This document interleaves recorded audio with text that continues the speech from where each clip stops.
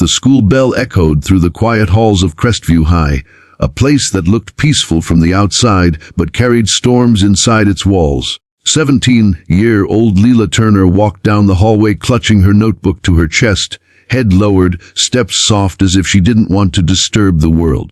Her pale blue eyes barely met anyone's gaze, and her voice was so soft most people never really heard it. She was the kind of student who blended into the background, always polite, always quiet, and always alone.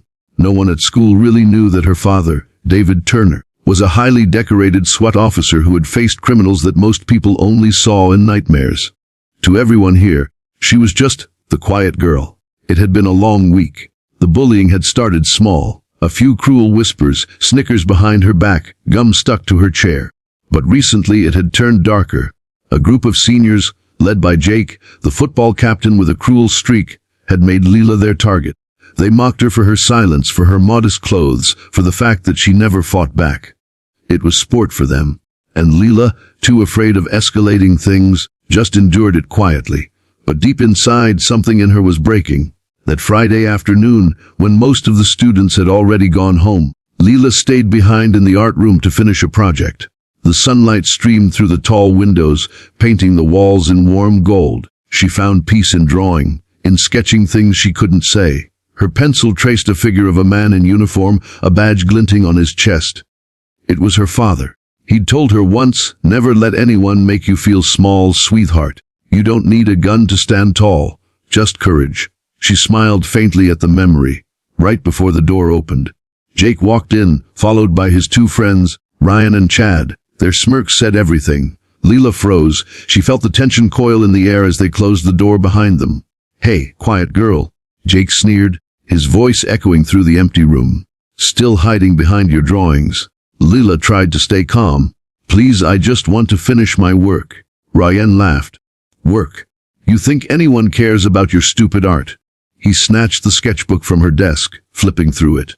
When he saw the drawing of her dad, he raised an eyebrow. "Who's this?" "Your boyfriend." Leela's voice shook.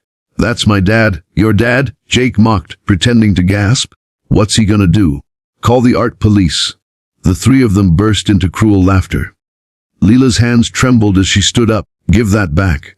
Jake tilted his head, amused by her sudden spark. "Or what?" She took a step forward, her heart pounding. "Please, just give it back." Jake moved closer. "You really think you can tell me what to do?" He shoved the sketchbook against her chest, then, in one swift motion, grabbed her by the neck. The laughter from his friends faded into silence as Leela's back hit the wall. His fingers pressed against her throat just enough to make her gasp for air. "Your hero's not here, quiet girl," Jake whispered, his breath hot with arrogance. "No one's gonna save you this time." A tears welled in Leela's eyes, but she didn't scream. She couldn't. Her vision blurred, fear flashing through her mind. But beneath that fear, something else stirred. Something stronger. Her father's voice echoed again. "Don't freeze, Leela. Breathe. Think. Act." She raised her trembling hands, not to fight, but to push his wrist just enough to ease the pressure on her neck. The move was subtle, instinctive. Her father had shown her once how to escape a chokehold. She'd laughed then, never thinking she'd use it. But now her body remembered. With a twist of her shoulder, she broke free, stumbling back as Jake's balance faltered. "You little?" Jake started, but before he could finish, the door burst open. The sound of boots on tile, fast and heavy. Then silence. Leela turned, clutching her throat.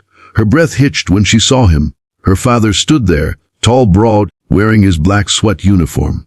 The glint of his badge caught the fading sunlight. His eyes, cold and focused, swept the room. In his left hand he held his tactical helmet. In his right, the authority that froze every heartbeat in that room. Jake's smirk vanished. "Sir, we were just—" "Don't," David said, his voice calm. "Lethal." He stepped inside, shutting the door behind him with a deliberate click. "I heard enough." Leela couldn't move. The weight of the moment pressed down on her. She had never seen her father like this. Not as her dad, but as the man he became when someone crossed a line. David walked slowly toward Jake, every step echoing like thunder. "You think you can grab a girl by the neck and walk away?" His voice was low, controlled, but his eyes burned with fury. "You don't know who you just touched."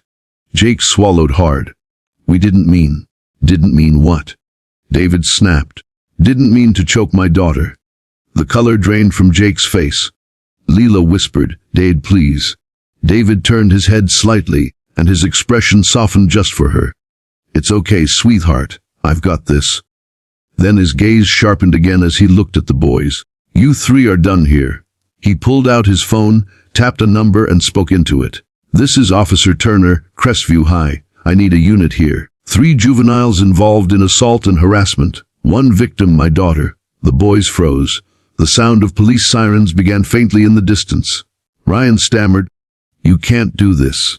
We didn't. David took a step closer, towering over them. You laid your hands on her. You bet I can. When the officers arrived minutes later, Jake and his friends were led out in handcuffs, their faces pale, their arrogance gone. Leela sat quietly on a bench outside the art room, her father's arm wrapped protectively around her. Why didn't you tell me it was this bad? He asked softly. Leela looked down. I didn't want to make it worse. You're always risking your life for others. I didn't want to add to that. He sighed, brushing her hair gently away from her face. Sweetheart, you're not a burden. You're my reason for everything I do. You never fight alone, not when I'm still breathing. With tears streamed down her cheeks as she leaned into him. The chaos of moments ago faded into the background. The next morning, whispers spread through the school. The quiet girl wasn't so invisible anymore. Everyone knew what had happened, and that her father wasn't just a cop. He was SWAT. The same kids who mocked her now looked away when she passed by. Some whispered apologies, others just avoided her eyes. But Leela wasn't angry anymore. She wasn't broken either. That day had changed her. She learned something her father had always tried to teach her. Strength isn't loud, it's steady. Real courage isn't about fighting everyone. It's about knowing when to stand up for yourself. That night, she sat by her window, the city lights glowing in the distance. Her father stood in the doorway. You okay? He asked. She smiled faintly. Yeah, I think I finally am. David nodded. Good. But remember something, Leela, you're stronger than you think. You don't need me to walk in with a badge for the world to respect you. They'll see soon enough. Leela turned back to the window, her reflection calm, her heart finally steady. For the first time in a long while she felt free, but she also knew some storms don't pass quietly, and in the halls of Crestview High, not everyone had learned their lesson yet. To be continued.